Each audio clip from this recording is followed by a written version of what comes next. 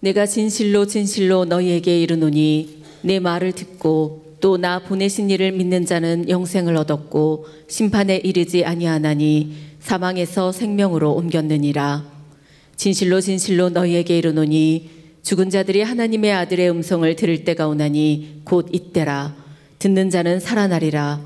아버지께서 자기 속에 생명이 있음 같이 아들에게도 생명을 주어 그 속에 있게 하셨고 또 인자됨으로 말미암아 심판하는 고난을 주셨느니라.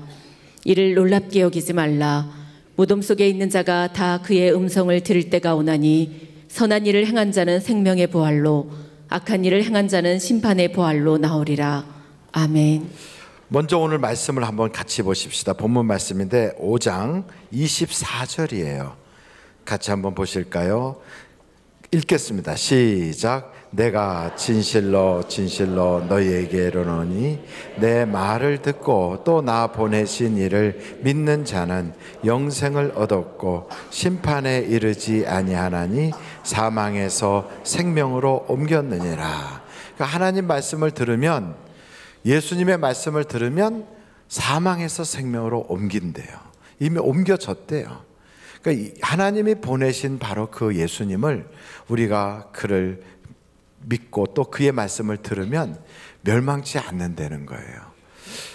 다시 한번 그 다음 절을 한번 보시면 좀 더 정확하게 되는데 25절 같이 한번 읽어보실까요? 시작.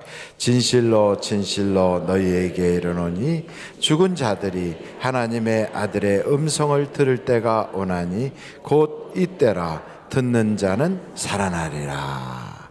하나님의 음성을 들으면 살아나는데 그때가 과거에 있었던 일이 아니라 지금도 그렇게 된다는 거예요. 그럼 여러분, 이 성경에서 말하는 사망, 죽는다는 게 뭔가? 죽음에 대해서 둘로 나눠서 이야기할 수 있어요. 성경에서 말하는 죽음은 분리된다는 거예요. 뭐가 된다고요?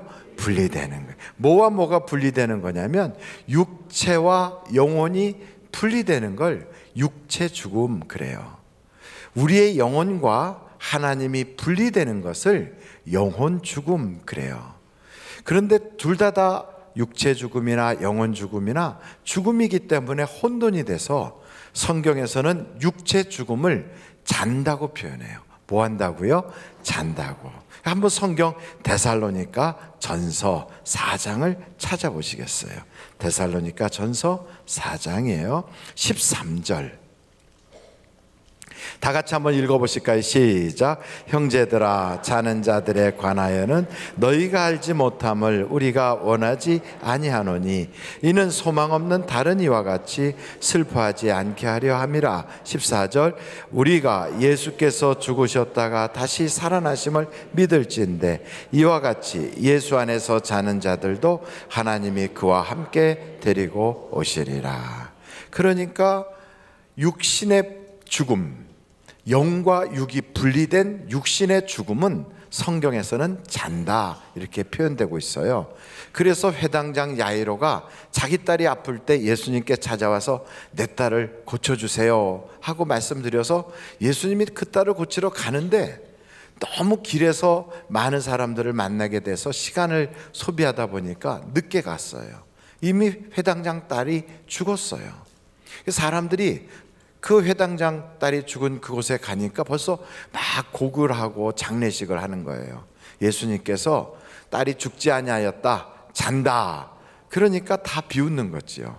여러분 그렇지 않겠어요? 죽은 걸 다 보고 아는데 죽은 거와 자는 거를 구별 못 하겠습니까? 다 죽었다고 그러는 거지요. 근데 예수님께서 사람들을 내보내고 베드로, 요한, 야고보 세 사람만 데리고 들어가서 그 딸에게 소녀야 일어나라 그렇게 한 거죠. 그때 소녀야 일어나라 하는 그 유명한 말 여러분 다 아시잖아요. 달리다꿈 그랬어요. 일어났어요. 아이에게 먹을 걸 갖다 주라. 그게 바로 영과 육이 분리됐다가 그 육신의 영이 다시 돌아오니까 일어나는 거예요. 살아나는 거예요. 그것을 잔다 이렇게 표현하고 있어요. 아이 목사님 그 우리가 잠자는 거냐? 그거는 영과 육이 분리되는 게 아니라 우리가 그 몸에서 어떤 혼이 잠깐 나갔다 들어오는 거겠죠. 그래서 그것을 우리는 그냥 꿈꾸고 잔다 이렇게 표현하지만 성경에서 잔다는 건 영과 육이 분리되는 거예요. 그렇다면 육신의 죽음 말고 영혼의 죽음, 성경에서 말하는 죽었다고 말하는 건 뭐냐? 우리의 영혼과 하나님이 분리되는 거예요. 아니, 영혼과 하나님이 분리되는 게 어떻게 돼서 그런 일이 벌어집니까? 에베소서 2장 1절에 이렇게 표현되고 있어요. 여러분, 에베소서 2장 1절 같이 한번 읽어보실까요? 시작. 그는 허물과 죄로 죽었던 너희를 살리셨도다. 어떻게 죽었다고요? 허물과 죄로 죽은 거예요. 그러니까 죽음이라는 것은 육체의 그 잠자는 죽음 말고 영혼의 죽음, 하나님과 우리가 분리되는 건 죄와 허물 때문에 죽는 거예요. 죄와 허물은 어떻게 해야 사함받습니까? 예수의 피로 씻어줘야 사함받는 거예요. 예수를 믿어야 그 일이 일어나는 거예요. 그래서 예수를 믿지 않는 사람은 허물과 죄로 죽은 상태이기 때문에 그가 하는 기도 하나님이 들어주지 않아요. 교회를 다니고 그리고 다른 사람처럼 또 신앙생활 하는 것처럼 교회에서 예배를 드리고 종교적인 모임에 참여를 해도 영과 육이 분리되는 그런 죽음이 아닌 하나님과 우리가 분리되는 영혼의 죽음을 상태에 있는 사람은 기도 응답이 없어요. 겉으로 보기엔 똑같아요. 숨 쉬고 있어요. 같이 예배 드려요. 같이 앉아서 이야기해요. 근데 영혼이 하나님과 분리돼 있어요. 그런 사람은 기도 응답이 없다니까요. 아니, 목사님, 그게 어떻게 사실인가요? 아니, 초신자들도 교회 와서 하나님께 기도하면 응답받던데. 그래요. 그 사람도 초신자지만 예수 그리스도를 믿음으로 그 죄와 허물이 사함 받았으니까 하나님이 응답 주시는 거예요. 그러나 교회를 아무리 오래 다녔어도 그 죄와 허물로 죽은 상태에 있는 사람은 하나님이 기도 응답 안 해줘요. 아니, 그게 성경에 나옵니까? 물론이지요. 여러분, 이사야서를 한번 찾아보세요. 59장 1절입니다. 이사야서 59장 1절 다 같이 한번 읽어보실까요? 시작. 여호와의 손이 짧아 구원하지 못하심도 아니요 귀가 둔하여 듣지 못하심도 아니라. 2절. 오직 너희 죄악이 너희와 너희 하나님 사이를 갈라놓았고 너희 죄가 그의 얼굴을 가리어서 너희에게서 듣지 않으시게 함이니라. 그래, 못 듣는 거예요. 하나님이 안 들어주시는 거예요. 그러니까 전능하신 하나님이심에도 불구하고 하나님을 믿지 않는 사람의 소원, 믿지 않는 사람의 기도는 응답 안 해주신다는 거예요. 그거 어떻게 해야 돼요? 믿어야 돼요. 믿어야만 하나님께서 그 죄와 허물을 예수의 피로 씻어주시고 그 모든 소원을 들으시고 손을 뻗쳐서 그의 그 구렁텅이에서 건져주시는 거예요. 그러므로 여러분, 중요한 건 믿음이 생겨야 되거든요. 근데 믿음은 어디서부터 옵니까? 들어야 믿음이 생겨요. 하나님의 말씀을 자꾸 들어야만 믿음이 생겨요. 그래서 성경에 뭐라고 말합니까? 하나님이 보내신 바로 예수님, 그 말씀이 육신이 되신 그분의 말씀을 들어야 믿음이 생기는 거예요. 들어야 죽은 가운데서, 사망한 가운데서 살아날 수가 있는 거예요. 그래서 그 말씀을 들어야 되는데, 그럼 마귀가 듣게 둘까요? 여러분, 말씀을 들으면 그 사람이 망할 자리에서 살아나고 곤란당할 자리에서 해방이 되고 그리고 하나님 살아계시다고 간증하게 될 텐데, 그런 일, 하나님 좋아하실 일을 마귀가 가만히 손묻고 있겠어요? 안 그래요. 얼마든지 흔들어 댈 수 있어요. 얼마든지 방해한다고요. 그래서 마귀는 사람들이 하나님의 말씀을 듣지 못하게 혼미케 하는 영으로 우리의 귀를 막고 우리의 마음을 닫아버리는 거예요. 그래서 주의 복음이 못 들어가게 해요. 심지어는 교회 와서 앉아 있어도요, 잡념으로 꽉 차가지고 지금 앉아서 똑같이 예배드리는 모양은 가지고 있어도 생각은 다른 데 있어요. 그래서 말씀이 안 들어와요. 말씀이 들려야 믿음이 자라는데, 말씀이 들려야 우리가 하나님의 말씀을 통하여 살아나는데 이걸 못하게 하는 거예요. 그래서 여러분, 이 시간에 마음의 문을 확 여시고 말씀을 귀로 들을 수 있기를 간절히 바라요.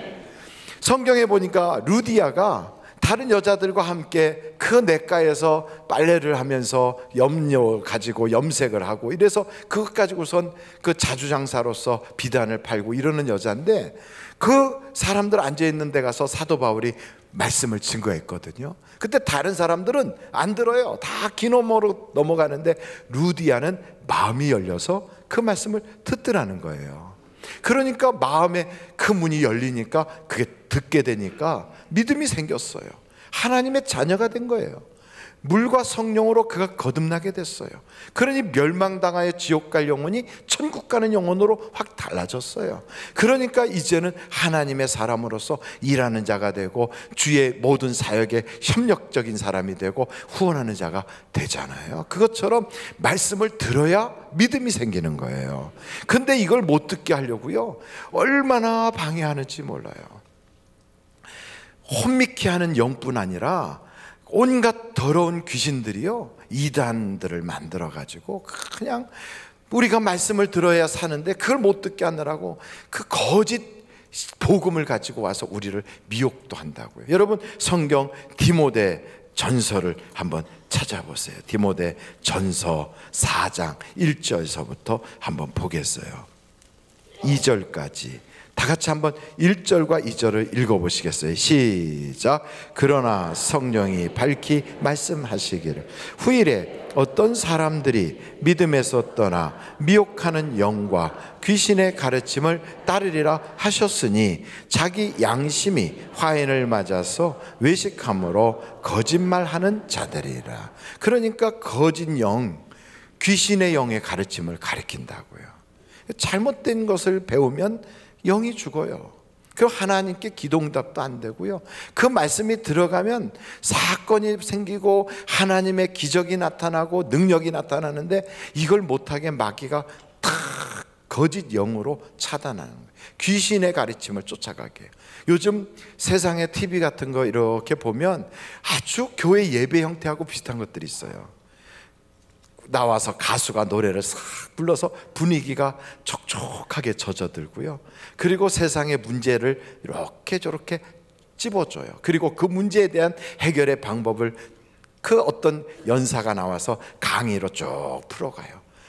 들으면 고개가 끄덕끄덕하고 굉장히 도움이 돼요. 맞아요. 맞아. 그렇게 살아야 돼. 지혜를 갖다 줘요. 그런데 뭐가 빠졌냐면 예수가 빠졌어요. 다 있는데 예수만 없어요. 여러분, 예수를 믿어야 구원받습니까? 아니면 좋은 이야기 들으면 구원받습니까? 예수를 믿어야 구원받고 예수가 들어가야 역사가 나타나는데 예수가 없는 그런 이야기로 우리의 마음을 뺏어요. 우리의 그 마음에 달콤함을 줘요. 마치 그거는 저 깊은 산 속에 가면 허젓한 데서 풍경 소리가 쨍그랑 쨍그랑 마음의 위안이 되잖아요. 편안해져요. 안식이 돼요. 여러분, 그렇다고 내 인생의 사건 문제가 해결됩니까? 그렇지는 않아요. 마치 술 취한 사람이 술이 깨고 나면 여전히 문제가 있는 것처럼 돌아오면 문제는 그냥 있는 거예요. 그 문제를 변화시킬 수 있는 힘은 예수님에게 있고요, 하나님에게 있다고요. 그런데 그 힘을 하나님께서 역사하려면 어떻게 되느냐? 하나님과 우리가 하나가 돼야 되는 거예요. 근데 이걸 하나가 되지 못하게 둘로 딱 갈라놓았고 영적으로 죽은 상태가 돼버리면 도저히 하나님이 도와주실 수가 없는 거예요. 그래서 하나님은 말씀을 듣고 하나가 되자요. 하나가. 그 말을 다른 말로 말하면 하나님의 말씀을 들으면 믿음이 생겨서 하나가 된다, 살아난다, 이렇게 말씀하고 있어요. 여러분이 영이 살아서 하나님과 하나가 되시기를 간절히 바랍니다. 하나님과 하나가 되면 마귀가 어떻게 건들겠어요? 그걸 못하게 하느라고 이단의 영들이 들어오고요, 교회 안에도 거짓 선지자들에 의해서 온통 교회가 난장판이 되기도 하고. 여러분, 이런 쓰라린 아픔들이 막 생길 때 우리는 그런데 휘둘릴 거 없어요. 하나님만 딱 바라보고 주님의 복음을 붙잡고 꿋꿋하게 나가면 마침내 우리의 삶에는 기적이 나타나는 거예요. 기적이 나타나요. 그래서 중요한 건 말씀이 나를 압도해야 돼요. 말씀이 들어오면 그 말씀을 통하여 귀신도 떠나가요. 말씀이 들어오면 하나님의 역사가 그 말씀을 통하여 나타나는 거예요. 여러분, 한번 시편 107편을 찾아보시겠습니까? 시편 107편이에요. 시편 107편 17절부터 한번 보겠습니다. 같이 한번 읽어보실까요? 시작. 미련한 자들은 그들의 죄악의 길을 따르고 그들의 악을 범하기 때문에 고난을 받아 그들은 그들의 모든 음식물을 싫어하게 되어 사막의 문에 이르렀도다. 여러분, 꼭 죄 때문에 병이 걸리는 건 아니지만 어떤 경우엔 죄 때문에 병이 오는 수도 있어요. 어떤 때는 귀신 때문에 병드는 경우도 있어요. 상한 음식 먹어서 병 걸릴 때도 있고, 너무 과로해서 병 걸릴 때도 있고, 바이러스 때문에 병 걸릴 때도 있어요. 그러나 그런 여러 가지 병들이 있을 때 때로는 귀신 때문에 들어오거나 하나님께 죄를 져서 그런 병이 들어왔을 땐 이 병 때문에 사람이 죽을 지경이 돼도요, 귀신이라든지 죄 때문에 온 병은 약으로 치료가 안 돼요. 수술을 해도 재발하고요, 문제가 심각해 안 되는 거예요. 바로 이때 한번 성경에 보니까 그래서 이 사람이 거의 죽게 됐어요. 사망의 문 앞에까지 갔다고요. 이런 상태가 됐을 때 19절 한번 같이 읽어보실까요? 시편 107편 19절 시작. 이에 그들이 그들의 고통 때문에 여호와께 부르짖음에 그가 그들의 고통에서 그들을 구원하시되, 그러니까 하나님이 건져주셔요. 구원해 주세요. 근데 어떻게 구원하시는가? 거기 20절에 이렇게 말씀하고 있어요. 다 같이 큰 소리로 읽겠습니다. 시작. 그가 그의 말씀을 보내어 그들을 고치시고 위험한 지경에서 건지시는도다. 그러니까 말씀을 통하여 고쳐주신다고요. 그러니까 여러분, 우리가 어떤 죄 때문에 문제가 생겼어요, 혹은 죄는 짓지 않았지만 어떤 더러운 귀신이 붙어가지고 병마가 붙어서 문제가 생겼어요. 이럴 때 약으로서 안 고쳐져요. 의사가 이거는 원인을 모르겠다고 그래요. 어떤 수술을 해도 안 되고 처방이 안 돼. 이럴 때 여러분, 기도밖에 없잖아요. 기도했어요. 하나님은 어떻게 고치시는가? 기도를 했더니 하나님의 말씀이 떠오르게 해요. 하나님의 말씀이 강단에서 선포되게 해요. 기도했더니 그 하나님의 말씀이 어떤 때는 라디오 방송이나 TV를 통하여 듣게 돼요. 그 말씀을 딱 붙잡고 그 말씀이 내 안에 거하고 내가 주 안에 거할 때 부르짖어 기도하면 응답이 쏟아지는 거예요. 그래서 여러분, 말씀이 얼마나 중요하면 이 말씀이 들어가는 데는 기적이 막 나타나게 되어 있어요. 에스겔서를 보면요, 이런 이야기가 있어요. 여러분, 에스겔서를 한번 찾아보시겠어요? 37장이에요 1절서부터 한번 보시겠습니까? 에스겔서 37장 1절. 여호와께서 권능으로 내게 임하시고 그의 영으로 나를 데리고가서 골짜기 가운데 두셨는데 거기 뭐가 가득하더라? 뼈가 가득하더라. 뼈가 가득. 이 뼈가 가득하다는 건요, 소망이 없다는 거예요. 여러분, 어떤 사람은 가정에 들어가서 보면 우리 집안은 틀렸어, 소망이 없어. 남편을 봐도 아내를 봐도 부모를 봐도 자식을 봐도 그냥 완전히 해골대 같아. 그냥 완전히 좀비야, 좀비. 이런 생각이 들 만큼 그냥 소망이 없어. 사업장을 가서 봐도 소망이 없고, 우리가 살고 있는 이 세상을 봐도 소망이 없고, 이렇게 소망이 하나도 없이 그렇게 해골대처럼 보이는 그곳을 향하여 2절 한번 보세요. 에스겔서 37장 2절. 나를 그 뼈 사방으로 지나가게 하시고로 본즉 그 골짜기 지면에 뼈가 심이 많고 아주 말랐더라. 3절. 그가 내게 이르시되 인자야, 이 뼈들이 능히 살 수 있겠느냐 하시기로 내가 대답하되 주 여호와여, 주께서 하시나이다. 또 내게 이르시되 너는 이 모든 뼈에게 대언하여 이르기를 너희 마른 뼈들아, 뭘 하라고요? 여호와의 말씀을 들을지어다. 참 놀라운 건요, 사람의 말 가지고는 안 돼요. 근데 소망이 없던 그곳에 하나님의 말씀을 들어가게 하는 거예요. 들어가게. 아이고, 해골이 무슨 말씀 듣겠어요? 그렇죠. 우리나라 조선 말기, 그때 우리나라는요 완전히 소망이 없는 해골과 같았어요. 우리나라 이 땅에서 우리가 원하는 전쟁이 있는 게 아니에요. 청일전쟁, 청나라와 일본이 우리 땅에서 전쟁을 해요. 우리나라 바다에서는 일본하고 러시아가 전쟁을 해요. 독도를 그때 뺏어갔어요, 이것들이. 그리고 우리나라의 젊은이들은 쓸데없이 끌려다니면서 남의 나라 군인들 짐 져주면서 그 전쟁에 우리나라가 국토가 유린되는데 말도 못해요. 우리가 가지고 있었던 뭐 금광이나 탄광이나 다 뺏겨서 그들이 다 관리해요. 농산물 나오면 농산물 다 뺏어가요. 심지어는 나라에 왕이 있다고 해도 누구도 거들떠도 안 봐요. 왕이 오죽하면 자기 부인의 생명도 못 지켜줄까요? 그게 우리나라였어요. 고종 황제가 명성황후의 생명도 못 지켜줘요. 그러니 나라를 어떻게 지키겠어요? 자기 부인 생명도 못 지키는 왕이. 그래갖고 러시아 공관으로 도망가서 거기서 숨어 살았잖아요. 이게 우리나라 조선 말의 모습이에요. 그런 그 땅에 복음을 들고 선교사들이 들어왔어요. 선교사들이 와서 보니까 우리나라가 너무너무 불행한데 사람들이 불행하다는 걸 모르고 있어요. 너무너무 처참한데 자기가 처참하다는 것도 모르고 있어요. 너무너무 불쌍한데 자기가 불쌍하다는 것도 모르고 있어요. 왜냐하면 다 그렇게 사니까. 그러면서 서양에서 들어온 복음 전하는 선교사들을 양귀자라고 그러고 서양 귀신이라고 그러고, 그리고 그냥 막 쫓아다니면서 핍박하고 박해해요. 그런데도 소망이 하나도 없는 그들에게 복음을 전하기 시작했어요. 할렐루야. 이렇게 복음이 들어갈 때 이 복음이요, 이 과연 사람에게 들어간다고 무슨 일이 있겠는가? 이 나라 꼴이 모양인데 무슨 사건이 있겠는가? 나라는 다 뺏겨서 일본에 수탈당하고 일본 식민지로 있는 이름도 뺏기고 말도 뺏겨서 일본 사람 이름으로 다 이름도 바꾸고 말도 일본어하고 있는 이 나라에 도대체 무슨 희망이 있겠는가? 그런데 하나님은요, 말씀처럼 해골대들을 일으켜 세우는 거예요. 그리고 거기에 힘줄이 생기게 하고 살이 올라붙게 하고 피부가 생기게 하고요, 하나님의 말씀이 들어가니까 큰 군대가 되더라 이 말이죠. 우리의 힘으로 해방을 맞지는 못했어요. 만약에 우리가 우리의 힘으로 해방을 맞았다면 남북이 이렇게 갈라지지 않았을 거예요. 미국이 원자탄 히로시마와 나가사키에 떨어뜨려서 저 악질적인 일본이 항복함으로써 우리가 해방을 받았다고요. 남의 덕으로 우리가 해방을 보니까 우리가 그만큼 대가를 지불하고 있는 거예요. 남북전쟁, 6.25 전쟁을 하지 정말 어려운 일들을 막 겪었어요. 그러나 그런 격동의 시기에도 하나님의 말씀의 복음은 사망 권세가 역사하는 이 땅에 쫙 뻗어가는 거예요.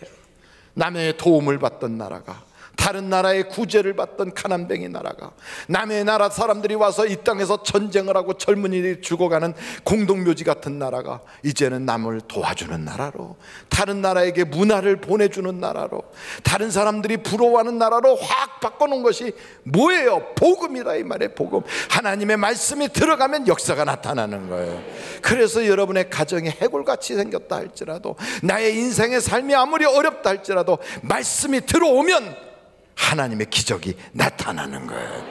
그래서 말씀을 받을 때 사람의 말로 받지 않고 하나님의 말씀으로 아멘 하고 받는 거예요. 하나님의 말씀을 태어날 때 목사도 살고 성도도 사는 것이에요. 우리 교회도 살고 나라도 살고 정말 우리의 삶에 형편이 없었던 곳이 다 살 길이 열려지는 거예요.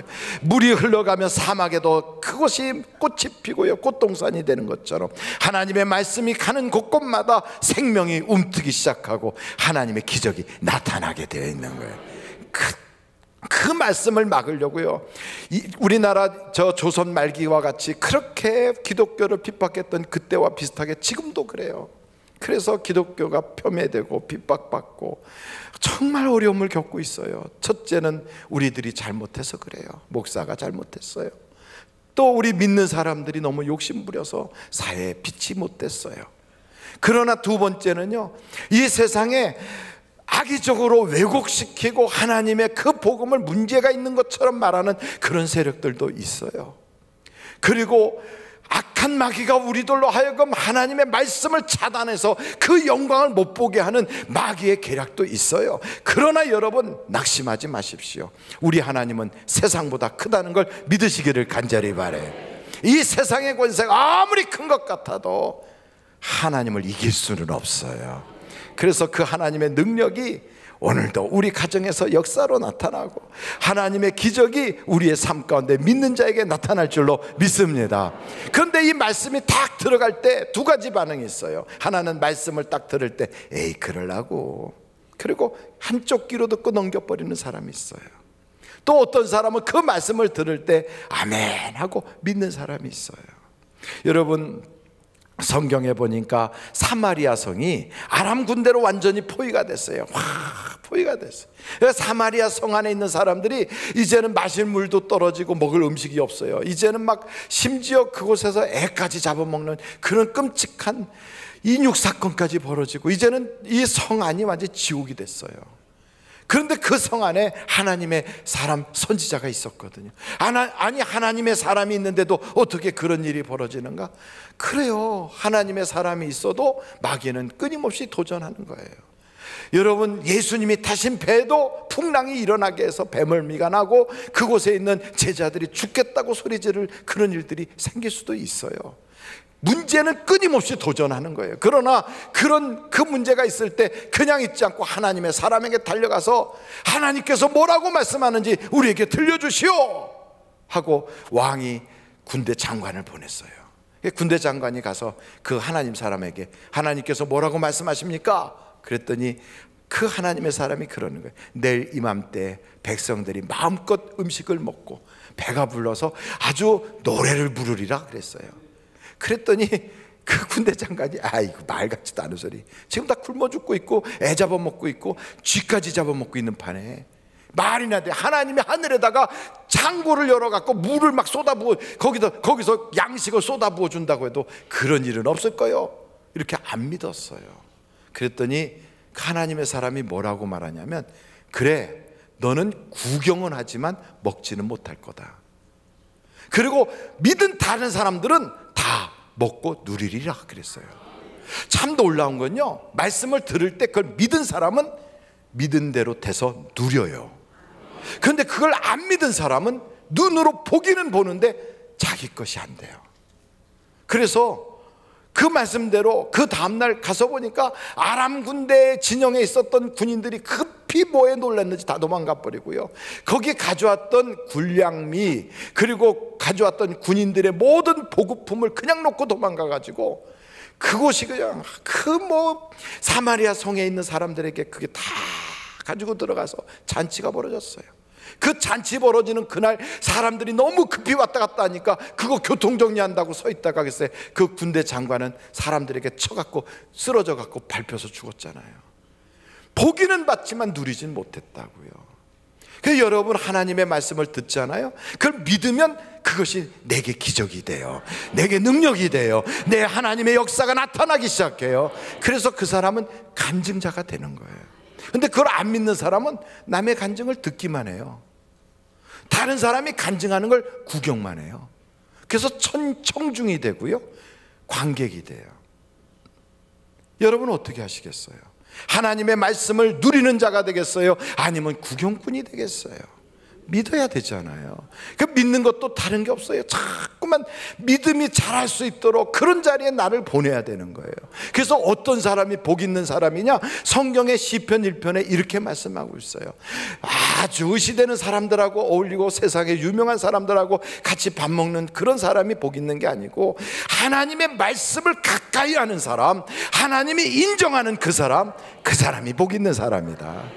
우리 교회에서는요, 그래서 여러분 복 있는 사람 다 되시도록 하기 위해서 교회는 성경 일독 학교, 성경 공부하는 반, 성경 말씀을 가까이 하기 위해서 그냥 막 개설을 해요.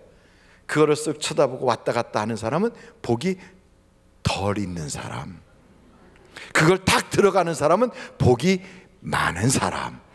그런데 거기에 계속 빠지지 않고 다니는 사람은 복이 억수로 많은 사람, 이렇게 말할 수 있어요. 저는 여러분들이 복이 많은 분들이 되시길 간절히 바라요. 그런데 여기에서 똑같이 하나님의 말씀을 받으면서도요, 듣고 그냥 지나치면 마귀는요, 자꾸만 나중에 해라, 너 바쁘잖아, 후제해라, 차차해라, 훗날해라, 시간 남을 때 해라, 자꾸만 미뤄요. 그리고 때로는 체면 때문에 못해요. 너가 그래도 목사인데 그런 데 가서 배우겠냐, 내가 그래도 장로인데 거기 가서 평신도들하고 앉아서 배우겠냐. 자꾸만 나의 자존심을 건드리고 나의 생각을 자꾸만 흐트러뜨려요. 여러분, 복 있는 자리에는 가감없이 달려가야 되는 거예요. 그래서 말씀 듣는 자리, 예배 드리는 자리, 하나님과 함께하는 자리라면 거기가 바로 복 있는 자리라고요. 어떤 사람은 그래, 이거 주일날 한 번만 딱 가면 되지. 어떤 사람은 주일날 아침부터 저녁까지 예배를 계속 드려요. 어떤 사람이 복이 있겠어요? 성경에 딱 보니까 하나님을 위하여 은혜를 쌓아두고 하나님을 위하여 뭔가 복을 받기 위하여 사모하고 갈망하는 사람에게는 하나님이 기도를 해도요, 그 기도에 팍팍 응답을 주신다고요. 한번 이사야서 38장을 찾아보시겠습니까? 이사야서 38장이에요. 1절서부터 보시겠어요?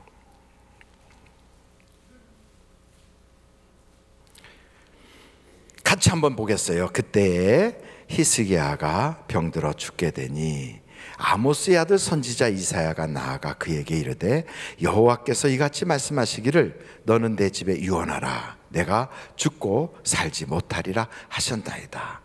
의사가 죽는다고 그래도요, 얼굴이 시커매질 텐데 하나님의 사람이, 하나님께서 나를 너에게 보낸 것은 하나님이 너 죽는다더라, 그래서 보냈어, 이렇게 얘기한 거예요. 절망이에요. 완전히 끝났어요. 이제는 다 살았어요. 이렇게 딱 인생의 절벽 앞에 딱 섰어요. 바로 그때 히스기야가 어떻게 하는가? 2절 같이 한번 읽어보실까요? 시작. 히스기야가 얼굴을 벽으로 향하고 여호와께 기도하여 3절 시작. 이르되 여호와여 구하오니 내가 주 앞에서 진실과 전심으로 행하며 주의 목전에서 선하게 행한 것을 기억하옵소서 하고 히스기야가 심히 통곡하니 이에 여호와의 말씀이 이사야에게 임하여 이르시되 너는 가서 히스기야에게 이르기를 내 조상 다윗의 하나님 여호와께서 이같이 말씀하시기를 내가 내 기도를 들었고 내 눈물을 보았노라. 내가 내 수 안에 15년을 더하고 너와 이 성을 아수르 왕의 손에서 건져내겠고 또 내가 또 이 성을 보호하리라.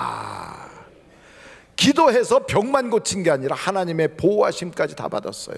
근데 그냥 기도했어요? 아니에요. 하나님, 그동안 내가 하나님한테 잘했잖아요. 하나님, 내가 그동안 하나님 앞에 했던 거 기억 좀 해주세요. 그러면서 울은 거예요. 여러분, 하나님의 말씀이 들어가면 믿음이 생겨서 이제는 하나님의 응답을 받을 수 있는 통로가 열렸거든요. 그런데 그 기도를 어떻게 하느냐? 하나님의 말씀이 내 안에 거하고 내가 그리스도 안에 거하면 하나님께 구할 때 응답이 쏟아져요. 그런데 그때 중요한 게 내가 뭔 열매를 보여야 되는 거예요. 내가 하나님의 기도응답을 받을 만한 자격이 있는가? 내가 하나님의 기도응답을 받아서 어떻게 그동안에 살아왔던가? 이걸 보여줘야 돼요. 그때 하나님이 탁 보시고 그에게 응답을 주시는 거예요. 근데 그때 하나님께 보여드리려니까 아무것도 없어. 얼마나 정말 답답하겠어요. 그러니까 여러분, 우리가 신앙생활뿐 아니라 세상 생활에서도 그래요. 세상에 살다가 어려움이 생기면 은행에 가서 돈을 찾아갖고 그걸 해결하잖아요. 돈을 그냥 줍니까? 잔고가 있어야 돈을 줄 거 아니에요. 그것처럼 잔고가 있어야 돼요. 나와 하나님 사이에도 영적 잔고가 있어야 돼요. 그 영적 잔고가 뭐예요? 내가 다른 사람에게 복음을 증거했던 잔고. 남들이 그렇게 하지 않을 때도 나는 뒤에서 은밀하게 주님께 봉사했던 잔고. 창고가 있어야 돼요. 다른 사람들은 다 저렇게 막 세상에 아무렇게나 살 때 나는 주님 뜻대로 살려고 애를 썼던 그 창고가 있어야 돼요. 제가 한번 여쭤볼게요. 하나님은 불공평한 분이세요? 공평하신 분이세요? 공평하신 분이에요. 그렇다면 시험 공부를 안 하고 팽팽 논해하고 열심히 시험 공부한 애가 성적이 똑같다면 불공평해요? 공평해요? 잘 이해가 안 되세요? 그냥 맨날 놀기만 한 녀석도 대학 가고 공부 열심히 한 애도 대학 가고, 그러면 공평해요? 불공평해요? 불공평해요. 그럼 불공평한 거예요. 그냥 교회에 그냥 겨 나와서 앉아있다가 쏜살같이 집에 가버리고, 교회 나오라면 마지못해 나와주는 사람이나 아니면 열심히 섬기는 사람이나 기도하면 다 똑같이 응답받으면 하나님이 공평한 하나님이에요? 불공평한 하나님이에요? 불공평한 하나님이에요. 근데 하나님은 공평하신 분이라니까. 그럼 어떻게 해야 공평해요? 열심히 한 사람에게는 갚아주시고 농땡이 부린 사람한테는 조금 애먹이고, 그래야 그게 공평한 거예요. 그래서 히스기야의 기도를 딱 볼 때 그게 우리에게 와닿잖아요. 아, 이거구나. 여러분, 성경에 보니까 엘리사가 전쟁에 나가게 됐어요. 하나님의 사람이지만 그 당시에 여호람, 여호사밧, 에돔 왕, 이 세 사람이 전쟁을 같이 해가지고 연합군단을 만들어 갖고 저 모압 나라를 징벌하겠다고 가는 도중인데, 글쎄 길을 잘못 들어서 그 큰 군대가 아무리 가도 물이 없는 거예요. 그래서 군인들이 먹을 물이 다 떨어졌어요. 이제는 앞으로 가도 어디서 물이 나올지 모르고 뒤로 가자니 이제 물이 떨어져 죽게 생겼어요. 다 죽게 생겼어요. 이제는 물을 3일 동안 못 먹으면 어떻게 합니까? 다 죽게 생겼어요. 이런 상태가 돼가지고 사람들이 기진맥진했는데 이 세 명의 왕이 하나님께 응답을 받아야 되겠다고 찾아왔어요. 하나님 사람 앞에. 그때 하나님은 어떤 하나님? 공평하신 하나님. 그 사람들의 기도를 다 들어주는 게 아니에요. 여호람, 너 같으면 내가 너를, 하나님 같으면 널 보겠냐? 너 같으면 하나님이 너를 꼴도 보기 싫어서 얼굴 외면한다? 안 본다는 거예요. 에돔은 아예 너하고는 등 돌리고 앉아있지. 그리고 여호사밧이니까 내가 기도응답 줄게. 그래서 응답을 주시는 거예요. 그래서 여러분, 하나님께서 여러분을 딱 보실 때 그냥 버선발로 뛰어나오듯이 그래 내 자식아 하고 품어줄 수 있는가? 우리는 교회 생활을요 건성으로 하고 내 생각대로 하고 그냥 내 편한 대로 하는 거예요. 그렇지 않아요. 하나님은 원칙이 있는 분이에요. 하나님은 심판을 하시는 분이에요. 하나님은 천하의 우주를 운행하시는 경영자세요. 그 경영자가 얼렁뚱땅 그냥 적당히 이렇게 하는 경영자가 있습니까? 안 그래요. 심은 대로 거두리라 그랬어요. 그러니까 우리가 평상시 잘해야 된다고요. 그러니 여러분, 우리가 하나님께 막 하는 것은 성경에 절대로 헛수고는 없다는 거예요. 헛수고는 없어요. 그럼 목사님, 나는 시간도 없고요, 나는 아는 것도 없고요, 나는 가진 돈도 없는데 그 나 같은 사람은 어떻게 심어요? 왜 못 심어요? 입술 있잖아요. 아, 입술로 어떻게 심어요? 조금 일찍 오세요. 예배 시간 전에 한 10분쯤이라도. 남들 아직 도착 안 했을 때 와가지고, 하나님 오늘 예배 드리는 모든 사람 은혜 받게 하시고, 말씀 증거하는 목사가 하나님의 말씀으로만 바로 증거하게 하시고, 오늘 악한 마귀 틈 못하게 막아주세요. 그리고 나라를 위해서 기도하고 교회를 위해서 기도하고 자기를 위해서 기도해요. 뭐로 심은 거예요? 기도로 심은 거예요. 기도로 심었어요. 내가 돈은 없지만 내가 어느 곳에 가서 내가 사는 삶의 주변 사람들에게 당신도 예수 믿으면 참 좋아 한마디 했어요. 주님께 심었어요. 그것이 겨자씨만한 것이라도, 그게 뭐 큰 것은 아니래도, 조그만 몸짓이라도 하나님께는 심어진 거예요. 심으면 30배, 60배, 100배가 되는 거예요. 안 심으면 없는 거예요. 그러므로 여러분, 아낌없이 심자 이거예요. 심자. 선을 행하되 낙심하지 말지니 때가 되면 주께서 거두게 하시리라 그랬어요. 그러므로 여러분, 세상 신앙생활하는 걸 건성으로 하지 마십시오. 성경은 이렇게 우리에게 말한다니까요. 공짜는 없다 이렇게 말한다니까요. 아니, 은혜를 주신다며요. 그거 내가 십자가 안 달린 대신에 내 죽을 자리에서 예수님이 대신하셨잖아요. 누군가가 대신해 주는 건 있어도 공짜는 아니잖아요. 하나님이 주시는 축복도 마찬가지예요. 심은 대로 거두리라. 우리가 이걸 놓치면 안 돼요. 그래서 예수를 믿을 때 내가 하는 섬기는 거요, 남 위해서 하는 게 아니에요. 나를 위해서 하는 거예요. 다른 사람 볼 것도 없어요. 어떤 사람은 요령 부려요.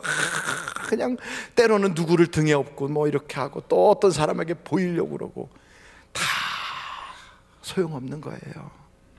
결정적인 순간에 하나님하고 손들면 우리 주님이 오냐 하고 딱 잡아줄 수 있는 바로 그런 영적인 사람, 그 사람이 돼야 돼요. 어떻게 돼서 말씀이 딱 들어올 때 이 말씀을 받고, 아, 오늘은 전도하라는 거구나, 오늘은 말씀을 묵상하라는 거구나, 오늘은 이런 만나책을 가지고 하나님의 말씀을 기록하라는 거구나, 오늘은 내가 밴드 하라는 거구나. 작은 것 하나라도 실천하면 이게 쌓이는 거예요. 영적 창고가 차고 넘쳐야 하나님의 역사가 나타나는 거지. 그거 뭐 할 때마다 아이고 뭐 그걸 하라고 이러고 다니다가는 나중에 결정적인 순간에 안 되는 거예요. 나만이라고 하는 사람이 다 와가지고서 병든 육신 치료받겠다고 왔어요. 복음을 듣기는 들었어요. 그래갖고 엘리사 앞에 섰어요. 엘리사가 저 요단강에 가서 목욕하시고 가세요. 그랬더니 우리나라에는 목욕할 데가 없어 여기까지 왔어? 이러면서 화가 나갖고 부룩부룩거리는 거예요. 때로는요, 은혜 받지 못하면 분노가 생겨요. 은혜 받지 못하면 여기서 억장이 무너지고요, 은혜 받지 못하면 딱 반발하고 싶은 생각이, 욱하는 생각이 들어요. 그런데 나만도 처음엔 그랬어요. 근데 옆에서 말리잖아요. 그러지 마세요. 그러면서 가서 더 어려운 거 하라 그래도 할 텐데 그 뭐 쉬운 거 그걸 못합니까? 하나님이 복 주신다면 뭘 못하겠어요? 복 주신다면 뭐 책 한 권을 못 쓰겠어요? 자서전을 못 쓰겠어요? 아니 반성문을 10장 쓰면 나에게 문제가 해결된다면 그걸 못하겠어요? 그것도 아닌데 그냥 별것도 아닌 거 하면 되잖아요. 그냥 와서 좀 10분 정도 일찍 와서 기도하라는 거 못합니까? 아니 다니는 사람한테 교회 다니세요 하는 얘기 그거 못합니까? 아 그렇군요 하면서 칭찬해 주는 것 좀 못하겠어요? 아 그러면서 그렇게 생각을 딱 바꿔주니까 나만이 내 말이 옳도다 그러고 가서 목욕을 했잖아요. 여러분 하나님의 말씀을 딱 들을 때 두 가지로 갈라져요. 거절하느냐 순종하느냐. 거절하면 그것 때문에 죽는 거예요. 나만이 그러면 죽었겠지요. 그런데 순종했어요. 기적이 나타나는 거예요. 하나님의 역사가 나타나는 거예요. 저는 우리 하늘비전교회 성도들이 하나님의 말씀을 통하여 기적이 나타나고 기적의 그 대열에, 간증하는 대열에 생명수강이 쫙 흘러가는 곳곳마다 꽃이 피고 새가 오고 온 생명이 소생하는 것처럼 그 대열에 여러분들이 다 들어가길 간절히 바라요. 말씀이 있는 곳에 죽은 자가 살아나리라. 하나님의 말씀이 들어가면 오늘도 살아나요. 내 가정도 살아나요. 우리 교회도 살아나요. 우리에게 있는 모든 것이 살아나게 되어 있어요. 안 된다고 생각하면 안 되지만 말씀이 들어가면 역사가 나타나는 거예요. 이 믿음을 가지고 하나님 내게도 말씀을 주시옵소서. 하나님 내 가정에도 그 말씀이 들어가게 하옵소서. 그래서 말씀을 듣고 잊어버리지 말고 이 말씀을 새기고 가서 새김질하듯이 가지고 가서 자녀들에게 또 심어주고 또 우리 가족들에게 이야기하고 하나님은 살아계시댄다. 오늘도 이 말씀이 내 가정에 들어오면 해골대가 변하여 군대가 된다더라. 우리도 하나님 말씀 듣고 온 가족이 회복하자. 이러면서 일어나기 시작하면 처음은 힘든 것 같아도 하나님의 기적이 여러분의 생애가 될 줄로 믿습니다. 한 사람도 구경꾼 없이 다 기적의 대열에 동참하시기를 주님의 이름으로 축원합니다. 기도하시겠습니다.